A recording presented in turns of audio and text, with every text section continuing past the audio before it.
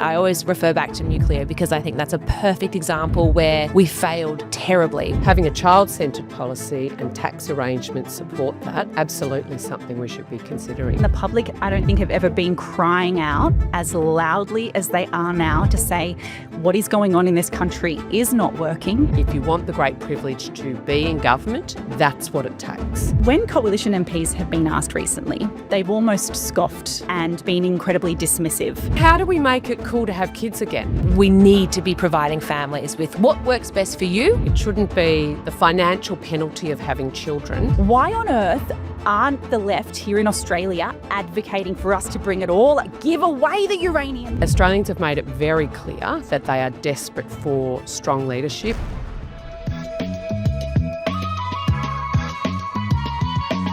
You're watching the JJ Podcast. Well, Senator Bridget McKenzie, thank you so much for your time today here in your beautiful office in Parliament House. Absolutely fantastic to have you both here on a momentous day. Yeah. Well, it really is, Senator, because when we first booked this time in, the leadership spill hadn't been announced. And then as we walked into your office, it was all unfolding and Angus Taylor is now the leader. But for me, one decision that I am incredibly happy about is that Jane Hume has been voted in as the deputy. What are your first thoughts? Well, I think, it's fantastic that the Liberal Party's been able to settle their own arrangements. That's entirely a matter for them, and they don't take kindly, like we don't take kindly for to be commentating on each other. But Australians have made it very clear that they are desperate for strong leadership. They're desperate for that to come from centre-right political parties, and they deserve to have an opposition that's going to stand up to this horrible government. And we need to be articulating how do we save and secure and protect our country as a free, prosperous, safe nation. And that's going out the back door under Albo. And so having a strong, united opposition after today is just critical to achieving that. You recently crossed the floor with the Extremism bill and had to step down from the front bench. With new leadership under both Angus and now Jane, how important do you think it is to truly keep the heart of the Australian public and knowing what they want and your loyalty to them versus loyalty to a party decision? You obviously went with your conscience and went with what you knew the public wanted. Do you think the Liberal Party as a whole can get back to that, and the coalition as a whole actually, where they're putting the public first? Well, I think that was a momentous decision for the National Party. I think a lot of people think the coalition is just one big party. It's actually two very independent, separate political movements. And, the National Party that I'm part of is the only Conservative party of government in Australia. And we've been that for over 120 years. The Liberal Party is a newcomer by comparisons, but we've had a really strong and successful relationship for nearly over 80 years. So it's an important partnership, but on critical issues like Labor's hate laws that were going to diminish the freedoms of everyday Australians, the National Party decided we were against those laws. Mm-hmm. And so we took that stand on the floor of Parliament, which is what we're supposed to do. We got a lot of support from, as you say, Jamie, out in community, just so stoked that we stood by our principles. And that then obviously precipitated a whole lot of other events, including splitting the coalition for a period of time as a consequence. But will we do it again? Absolutely. In this job there. My next question. Well, at the end of the day, we're sent here to do a job, and every day there are questions because there's hundreds of decisions that have to be made every day, particularly when you're in government. And you've got to try and make the best decision in that moment of time for the people that sent you here. Now, the people that sent me to Parliament are very different to the people that sent the Greens to Parliament. So I'm acting in the interests of the people that vote for the National Party that are Conservatives here in this country. And I think that's an important voice to have in Canberra. I don't want to harp too much on leadership, but just because of what's happening today, David Littleproud was also a name that kept coming up to say, well, should he also potentially stand down as leader of the Nats, because he has overseen two splits from the coalition. So I know we often spoke about Susan, that she was responsible for two, but David Littleproud has also been responsible for two. What are your thoughts about is he the right man? I'm not expecting you to come out and talk against your leader. That's not what I'm expecting, but it's just that has been in the news that he should also go because of what's been happening recently. What are your thoughts around his leadership, but just the overall feel within the Nats that he's the right person to keep leading your party? Well, at the end of the day, breakdowns, whether it's a marriage or a political partnership, the breakdown of relationships is never sitting at the feet of one party. As a divorced woman, you have to take your share of the responsibility for a relationship breakdown. And the reality is our party, irrespective of who's leader, whether it was Michael McCormack, Scott Morrison, Blackjack McEwen and Menzies, great partnerships over a long period of time that have really delivered a lot of success and stability for our nation.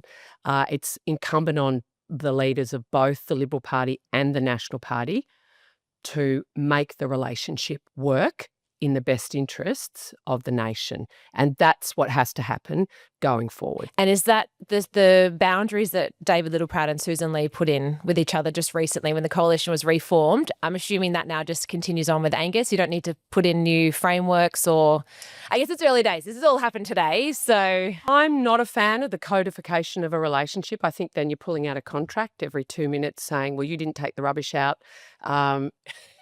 You'll have to go to parent-teacher interviews instead of me, etc. So I don't think codifying something that has worked, as I said, so successfully under different people for a long period of time is helpful.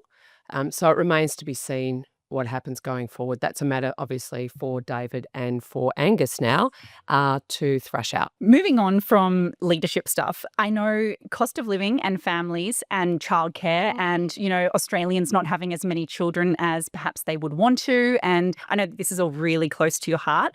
And I think it's one of the biggest frustrations from the public in what they're seeing in the coalition recently and most especially in the Liberals, that they think the infighting, all it is a distraction from getting on with the job and actually being there for the public. And the public, I don't think, have ever been crying out as loudly as they are now to say what is going on in this country is not working. We can't go on holidays, pay our mortgage, put food on the table, pay childcare, like all the things that we've taken for granted for a really long time, are now in an impossible box. So yeah, you've been really vocal about the cost of living. I just thought we'd enter into that, let you have a chat. Absolutely, Jamie. But I think something is broken. And that's why I think you're getting that level of frustration out in communities. And it doesn't matter if it's regional country towns or the suburbs of Sydney and Melbourne. There is a desperate need and recognition that something's broken. We've got the median age for owning a home is now 36. So if you're not getting into your first home before you're having your kids, that child window's narrowed. And all the research says Australians want to have more kids than they can't afford it. That's actually what the research says. So the idea that we're a safe, prosperous and free country where you can own a home, go down to the beach every summer for a holiday, make sure your kids have a better chance at life and success than you did. That's sort of what most Australians want to be able to deliver. And that is broken. And I think it's broken for a few reasons. I think the left, the Labor Party and the Greens have been pursuing this mantra that a family and raising children is not an aspiration that anyone should really have. If you're a smart, intelligent woman, that isn't something you should be thinking about doing or prioritising or valuing. That's wrong. They're the wrong signals to send when we're just quantifying a woman's worth by what the economic contribution she makes. And my kids are now of an age where they're starting to have kids and settle down, and they're struggling with those sort of questions about two careers, who gives up what. They're really hard decisions, let alone house prices. So when you have the culture of our country changing because serious leaders in business and in government are pursuing that sort of mantra, then you have the economic situation where you can't own a home in Melbourne or Sydney without two serious incomes. And then you've got the childcare question. It becomes, people are sort of saying, what are we doing this for? What does it mean to be a human? This isn't what I imagined my life to be. And I think migration is one of the issues we have to have a serious conversation about. I've been talking about this, like I think my last 3 CPAC speeches have been talking about this over the last 3 years, because it's not about being anti-migrant. Yes. Right? Whether you came to Australia 50,000 years ago, 5 generations ago, like my family, or 5 years ago, like so many other Australians. If you want to build a great country based on Judeo-Christian values, rule of law, equality, fairness, hard work, come on in. Yeah. If you want to burn our flag, if you want Sharia law, stay where you are. But it's not only about the cultural beliefs and backgrounds of the people. The sheer volume is too high. Like, I think that's what people aren't thinking about now with those of us who want to significantly reduce immigration. They make it a racist thing and think that we don't want anyone, we don't want Muslims, or we don't want blacks, or we don't want... It's nothing to do with that. The sheer... they could all be Brits, or they could all be Canadian. They all need somewhere to live. Yes, Yeah, they exactly, need somewhere to exactly. live. Right. And this year alone, an additional 335,000 arrived. And where do they go and where live? do they go? You cannot put them on the street. How do they access services? It is a legitimate concern that we need to grapple with. Alongside, that's on the demand side, obviously, for housing in particular. But on the supply side, it's about government taxes, opening up land and reducing regulation so you can get the houses built. So you have to do both. Absolutely. And I don't think it is racist. I think it's patriotic to say we need to have a much smaller number. They need to share our values, have the skills we need, and be prepared to live where we need them to live. If you go to Darwin, for instance, you can't talk to a small business without them screaming for skilled workers. Yeah. So it is about saying we're not going to put all the new arrivals into the same 4 suburbs of Melbourne and Sydney. But we've lost the ability to even have this discussion. Exactly. It's you can't even have it without being called or accused of being a racist and anti-immigration, which is completely not. The narrative's changing. Like, I think because the public are crying out for it so much now, I think... Well, everyday Australians, right? So I don't think Australians are racist. No. You know, be loud and proud. But do we like to have arguments? No. We're kind of a polite, well-mannered society. And you saw it in The Voice, for instance, when those who were on the yes vote side were trying to target the no voters as racist. Now, everyday Australians in their millions had quietly decided they didn't want to divide our society along the lines of race. And instead of taking to the streets and having loud, aggressive protests, they just went into the ballot box and made their decision heard. And I think that says a lot about the type of person Australians are and speaks volumes about them not being racist but caring deeply about our country and not putting in divisions around race. I want to go back to childcare that you just mentioned briefly, because this is something that I was quite passionate about during the election. I've got 2 young kids who are now at school, and I've spoken about in the paper where at one point we were paying $57,000 a year to send our kids to childcare, and they weren't even there full time. And I was meeting with economists during the election to figure out what's the best way that we can do this. And I think whichever party or whoever can nail this childcare reform is who will likely win in the next election, because it's so important to families. I wanted to go down the tax deduction path with the option of subsidies if that's what suited your family, because I believe that we need choice, so that if your childcare centre is at capacity, which is certainly a problem in the electorate that I'm in, you could get a nanny or you can get an au pair, or you might work nighttime shifts and you can't send your child to childcare. And that's why I was sort of going down that path. And I just think in today's society, we need to be providing families with what works best for you. Here you go, we can facilitate it. What are your thoughts around this? I think absolutely you need to have choice. It shouldn't be the financial penalty of having children sitting fairly and squarely. We say the parents, but it is the woman who over a lifetime, for good or for ill, for the great privilege of parenting and having wonderful children, pays the economic cost for that. And I do think we need to have choice in childcare. Labor's plan is to industrialise caring for children outside the home. That's not, I believe, in the best interest, particularly of small children, and nor is it in the interests of everybody's value system. So we do actually need to think about what's best for the child in all of this, and not be afraid to actually look at the research, as uncomfortable as that conversation may be for us as a country and as for us as parents, right? Because it won't just be our children that pay the price of not getting this right for future generations. It'll be our society as a whole if we don't get the balance right in our caring for our young, fabulous next generation. So I think choice, it's all about choice. And particularly in regional areas where I'm from, and we have childcare deserts. There are no options. Or if you're, a nurse in a country town who's having to do night shift there, and your parents are back in the capital, there is. And so what do? They've got no options to be able to go and work and have a career and supply. 100%. What do they do? Correct. And so we have this sort of very Labor, it's just like work to rule, 9 to 5 kind of view of how society should work. It's not cooey, not how societies work. It's that ideology versus reality, isn't it? Like in one circumstance, it sounds great, looks great. You try and put that across a whole country, suddenly doesn't work. That's right. And how do we make it cool to have kids again?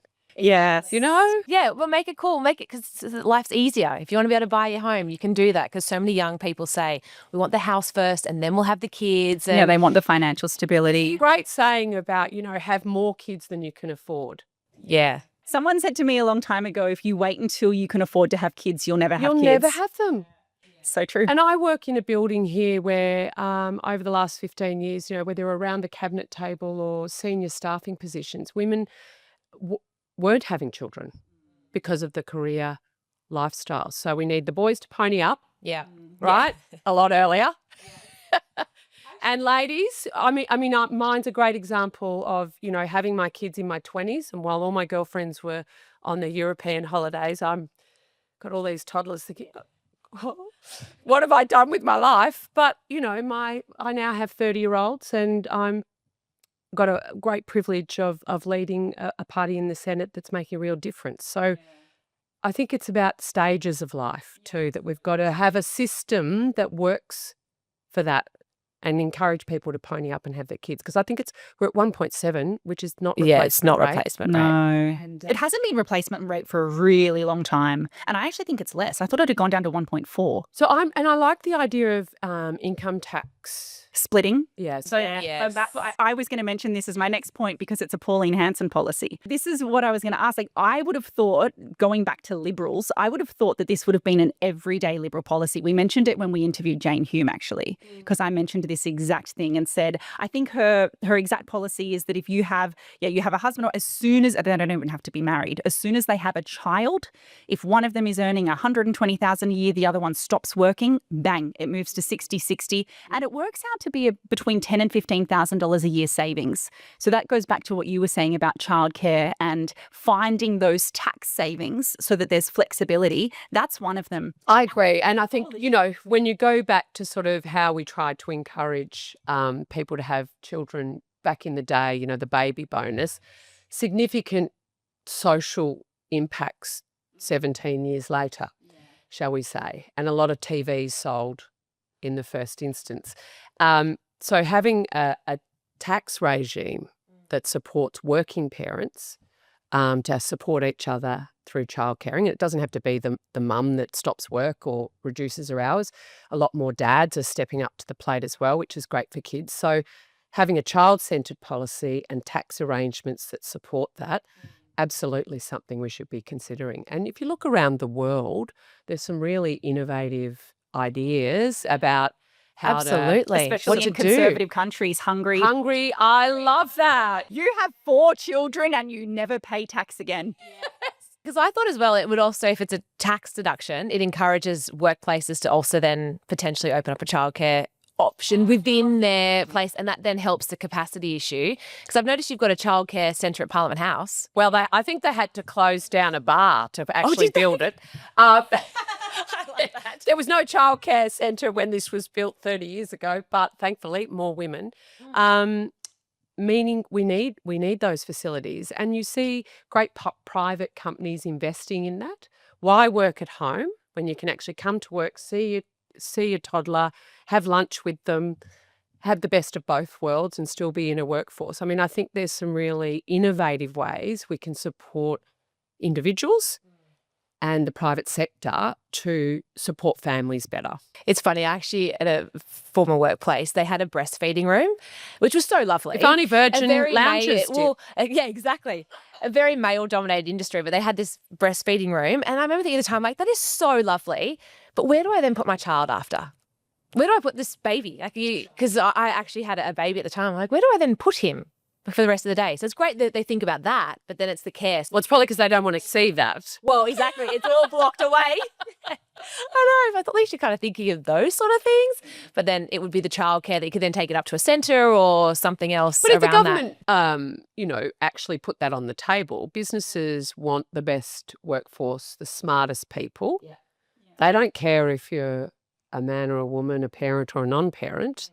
They want skilled workers that are going to contribute to their business. And so if you can sort of make it easier for them to find those solutions. And think about the parents that are sitting, they're driving for an hour this way to drop the kids off. Like the stories you hear in particularly Melbourne, Sydney and Brisbane about accessing childcare and long trips in the car, the quality of life is just not there. It's not just not financially worth it, it's not worth it.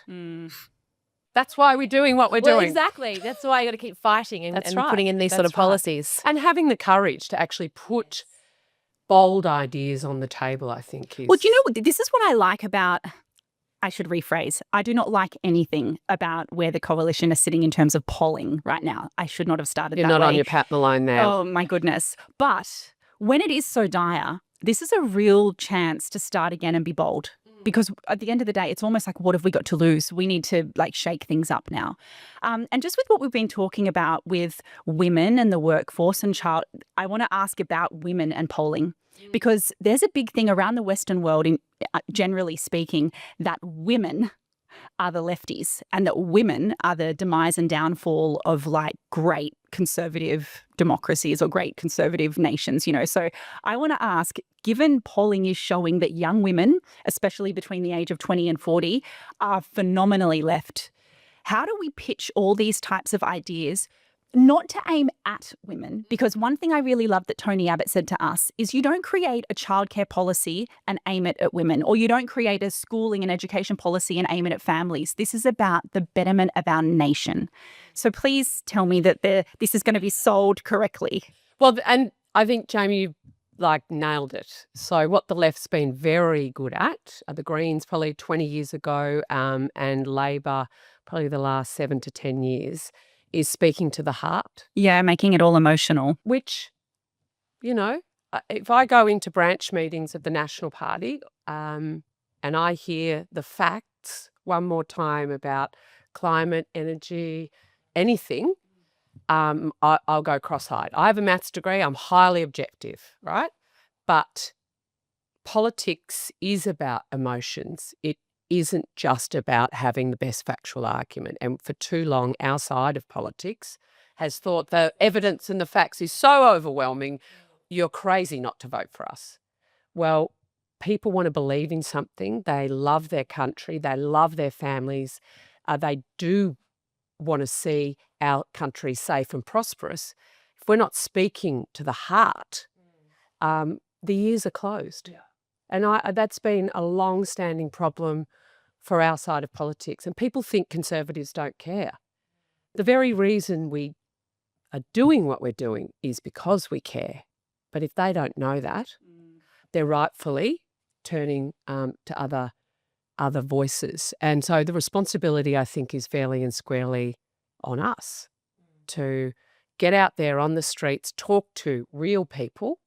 I think that's the National Party, our polling isn't the same in the last few elections has shown that. We've held all our seats and had swings to us in many cases.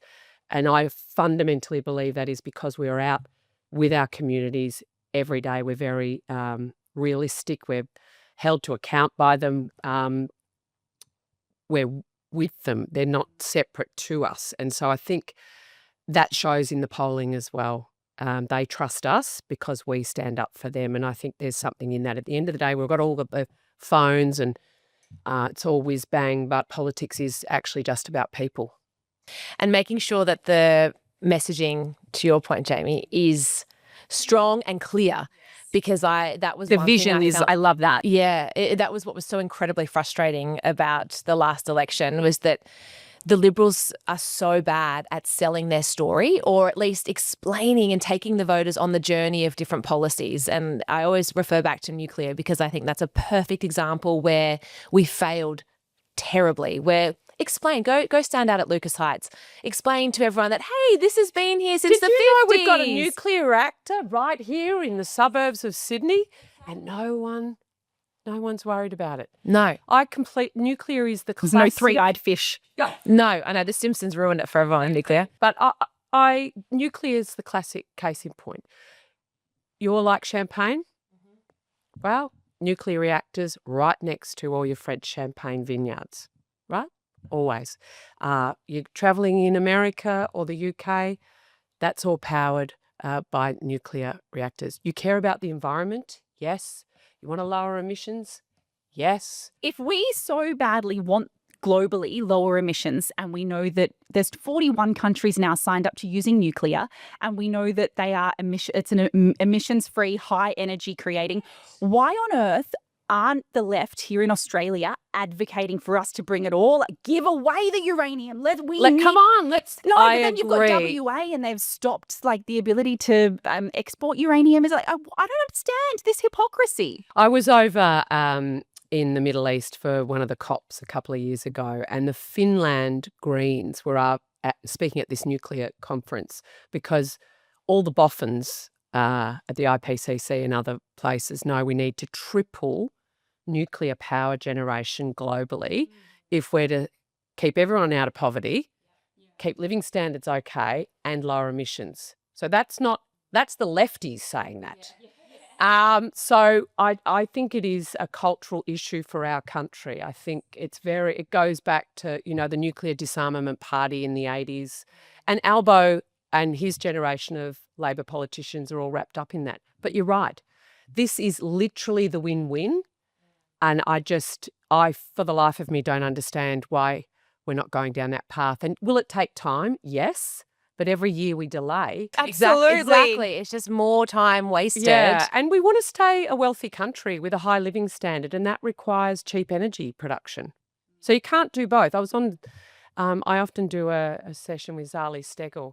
We love watching those, Bridget. They're our Oh, favourite. it's like how to get your blood pressure through the roof on a Friday We morning. put some things out recently ourselves. Jamie put a Zali article in the Telegraph, and we Oh, put out. I've sent it we to put Bridget. out Yeah. I put out a reel last week, with the abundance of wildlife in Sydney Harbour, right in the seat of Warringah, saying, "There's this climate catastrophe. Everything seems." This is right, Oh. right?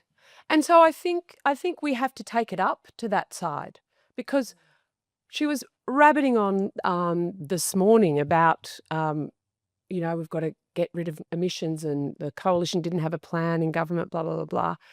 Her plan is to increase energy prices and drive our industrial sector offshore, which is job losses in families, in thousands, tens of Disaster. thousands of jobs.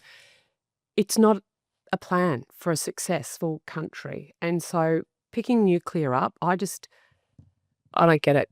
It's when you're driven by ideology versus facts and science is where we can see things Do you starting think to be people undone. are open to that? Do you think on the street, like we're all pretty set in our views, Yeah. the three Yeah. of us, right? Yeah, and we always say that we're in a bit of a silo.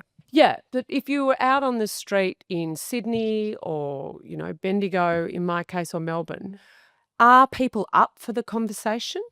So I actually found in Warringah, when I was out door knocking and speaking to people on the streets, and I even asked a bartender who was in his 20s, he was super pro-nuclear. Young Only people had- are. Very much so. And I actually asked another a young guy to prove a point and to see whether he was also nuclear, all pro. I only had one lady slam the door in my face saying she was against nuclear. Every other person was open to having the discussion and thought that it was a smart way forward because of the emissions-free energy.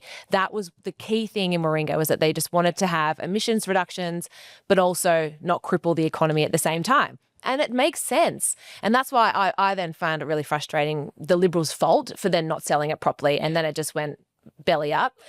But as Australians, we should all be, and we talk about this all the time. I even mentioned it with Mr. Howard, that we've had people say to us, Australia should be the Saudi Arabia of the Southern Hemisphere because of your minerals. You should be so rich. We've got everything. Everything. Everything. It's phenomenal. It's like we had the coal, we had the gold 150 years ago, right? The Commonwealth bring in more tax off the beer excise than off PRRT. That is astounding. But the reason why it's so frustrating is we could be so rich and then it solves the childcare stuff. Like if you're rich and prosperous, it can help then facilitate some of these other policies and actually make living standards go up. But instead, we hinder ourselves and put red tape and make it so hard to be successful or a thriving economy. I think there's two things you have to do. You have to get the tax settings right, and there hasn't been a serious examination of the tax system since Ken Henry, and that's like before 2010. So it's a long time ago, as a holistic look. And then you actually have to get rid of the inefficiencies that are being built in the system, because having been in government, it's easier to add your good idea onto what already exists than rip all that down and replace. And you're seeing that with Labor right now. That's why their spending profile's going up, and because instead of actually looking at efficiencies within the system before they put something new on, they're just putting new. So we have to get rid of the inefficiencies and get the taxation right so that we can then spend it smartly on the things we actually care about. So we've spoken so much about, obviously, policies, the way forward, a vision, messaging, all this stuff that needs to happen. I am very passionate on, unite the right I know I didn't invent that. That's what I've seen online, and now I just say unite the right everywhere I go. I want to get onto One Nation for 2 seconds, because Pauline's been interviewed many times recently, Channel 7, Sky, 2GB, in the papers, saying, would you work with a coalition with the Nationals and the Liberals?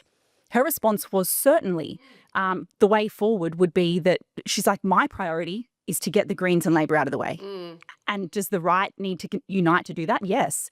She says, there's a bit of a rabble at the moment and under certain circumstances, but open to it, okay?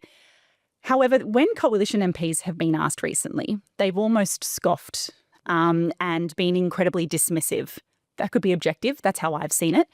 And I'm just wondering, what are your views on that? If the polls were to stay as they are or to keep increasing for One Nation, is it something you're open to? Are you kind of like, well, if the public's asking for it, then we've got to listen? Well, I think a lot of the reasons the polls are doing what they're doing is a failure of leadership in the parties of government.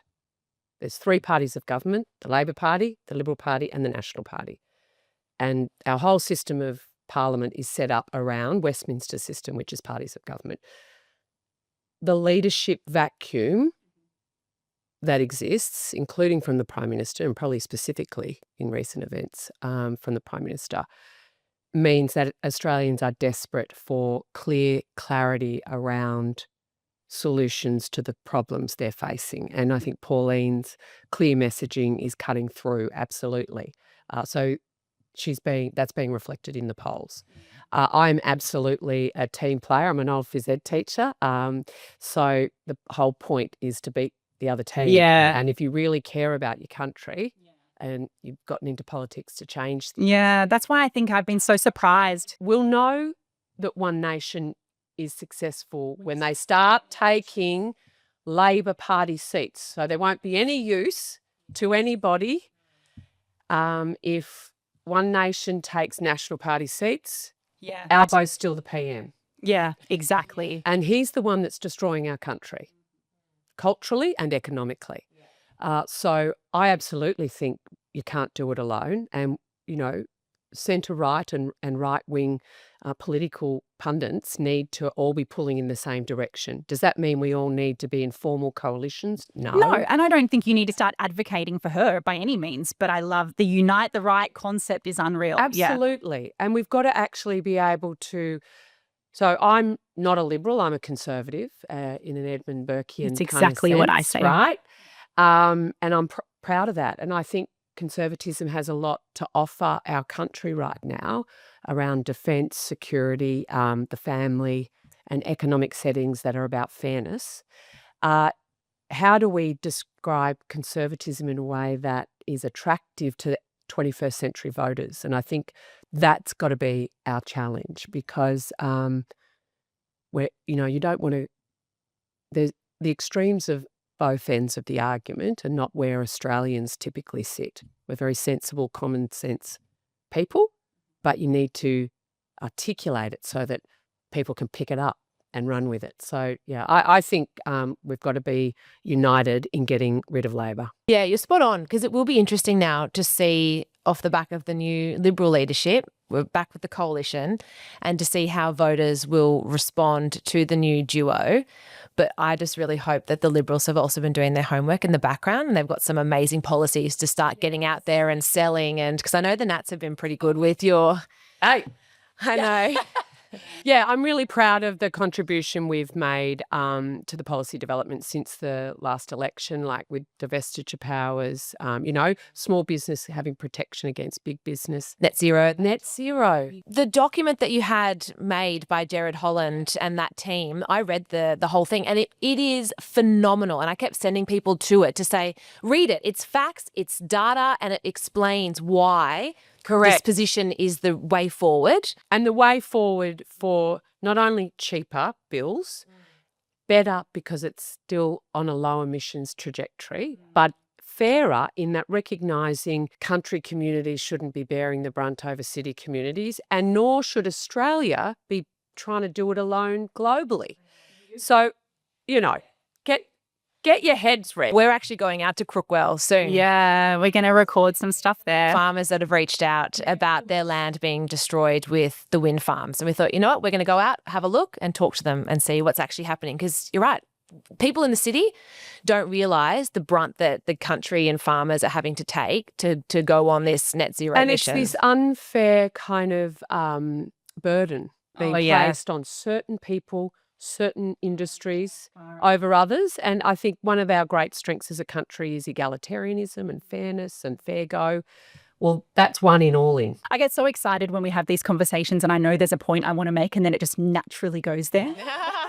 Because you just mentioned exactly what I was going to mention. Two things. You call yourself conservative and not Liberal. I've been doing that for a long time. And you also mentioned city versus country. And I feel like sometimes I'm a bush girl that happened to be born on the northern beaches of Sydney.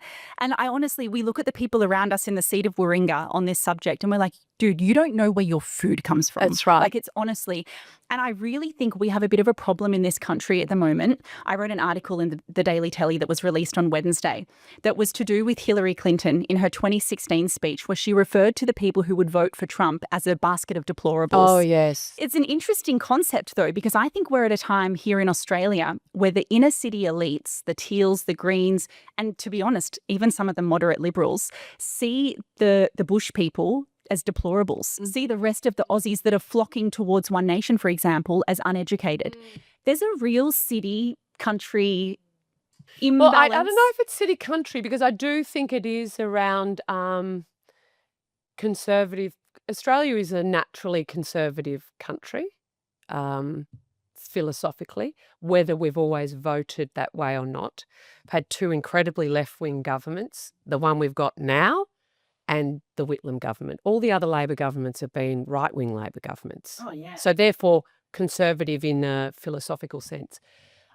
I think this question, this is what riles me so much about how my party's perceived in the political sphere, our contribution to our nation over 120 years, how people from the country are derided as slower, less smart, not really concerned about global issues or, You know, it's an absolute put down by elites, and it's done deliberately. Or the National Party doesn't deserve to comment on economic issues because, that's our space.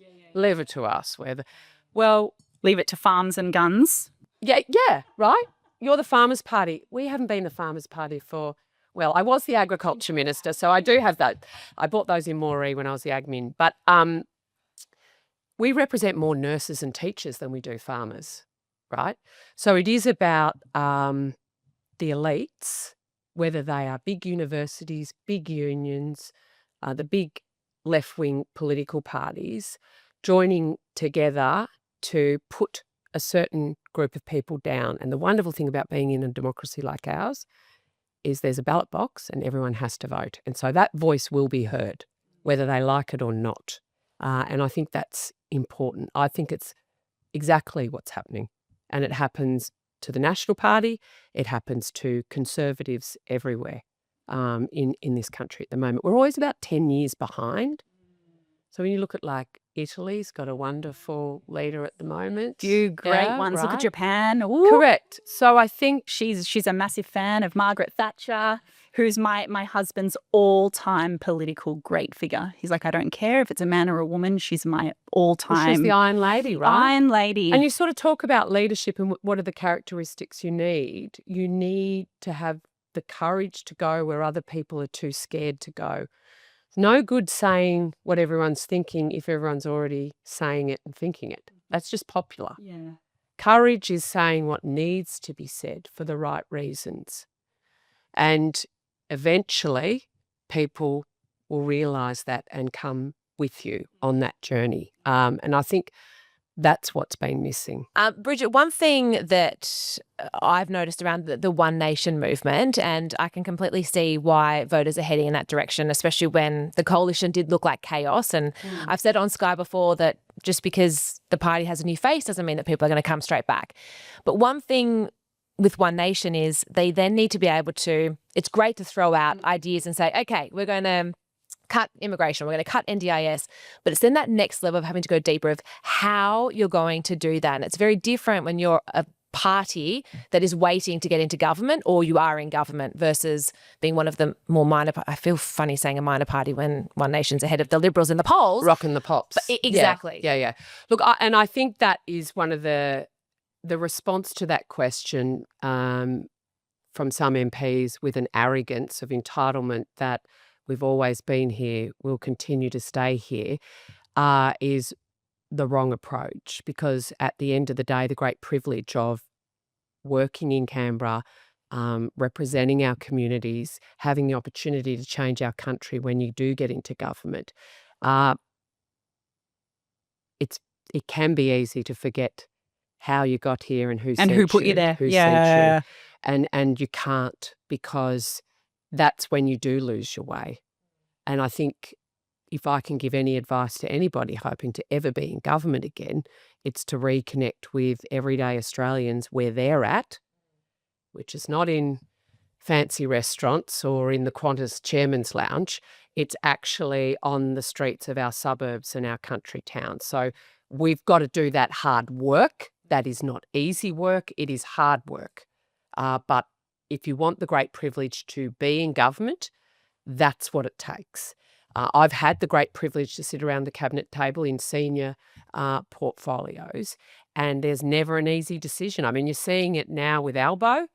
That treasurer has not made a tough decision in the 4 years they've been in government, and that's why we're seeing our budget in a mess and now inflation on the rise. The inability to make the tough decisions that government brings you, whether it's on what to do with the Defence Force, what do we do with the NDIS, how are we going to balance the books on industry policy, any number of issues, there's sometimes never a good choice. It's the least worst choice you've got to make on that day. So it's all good and well to tap into the anger and give the popular response that everyone cheers. It is much harder and challenging to turn that into a reality at the end of the day through the mechanisms of government. So that's the challenge for us as parties of government. and we've got to hear and respond appropriately to the concerns of everyday Australians. Can we end with four quickies? So you ready? One word to describe the coalition right now. Together. Ah, goody. All right. What is your proudest moment in Parliament? Oh, it would be when I was Rural Health Minister, getting the Murray-Darling Basin Medical School network up. Long name, but if you train country kids in country hospitals, they're 75% more likely to stay and practice in the country, which, everybody deserves to be able to access healthcare with their Medicare card, Prime Minister, no matter where they live. So that was a big one. Do you think conservative voices get unfairly labelled in the media? Yes, tarnished. Unless you're on Sky News, it's a hostile environment out there. Last one. Do you think the men in Parliament feel about you outduding the dudes? Hope they feel threatened. I need to start wearing a 3-piece suit and tie, I reckon. Bridget's brand. No, I do. That was, I did. I wore that because I got told off in an important meeting because I wore a pinstripe suit, but I had a T-shirt that I'd gotten in Tel Aviv around the hostages. So it was written in Hebrew. I got told that's too informal for this meeting. I thought, righto. So the next day, I'll up my game, brother. And tie, 3-piece suit, heels. And I went like that at the next morning meeting. And he went, okay, righto. Point taken. But everyone loves it. And to be honest, I think the boys are onto something. Wearing the same suit and you're travelling the country for a week, 5 shirts, 5 pairs of jocks. Yeah, you're done. exactly. You wear the same pants and blazer and no one notices. Yeah, heels, sneakers. That's it. Change a tie, maybe. Yeah. Should they feel threatened by me in a tie? Probably not. I love. We're coming for you. I did read something about you having a favourite tie, though. What is on the tie? Yet, have you got it? I do. This is my National Party tie. You haven't? No, it was something else. There's something on it. Oh, the pheasants. Yes. What is the story? Oh, yes. The pheasants tie. What is, it's to do with hunting? It is to do with hunting. So I'm a law-abiding firearm owner, very proudly so, one of a million Australians that do the same thing. And got this beautiful olive tie with little tiny pheasants embroidered in it. It's my favourite tie. Very cool. It is. It's very cool. And it makes a little statement. We all spot each other in the crowds. Oh, hello, shooter. Hello, shooter. I love it. Now, I'm going to invite both of you. On March the 8th, we've got our Parliamentary Friends of Shooters event, which is sort of press versus pollies, where we go out to a range and shoot some clays, and then we have some champagne and stuff afterwards. But it's a great day to really demystify shooting for everyone and sort of get you involved. So Yeah, count us in. alrighty. Senator, thank you so much. We really appreciate your time today. It's been fun. Yeah, always a pleasure. Thanks for the mug. Thank you for listening to the JJ Podcast.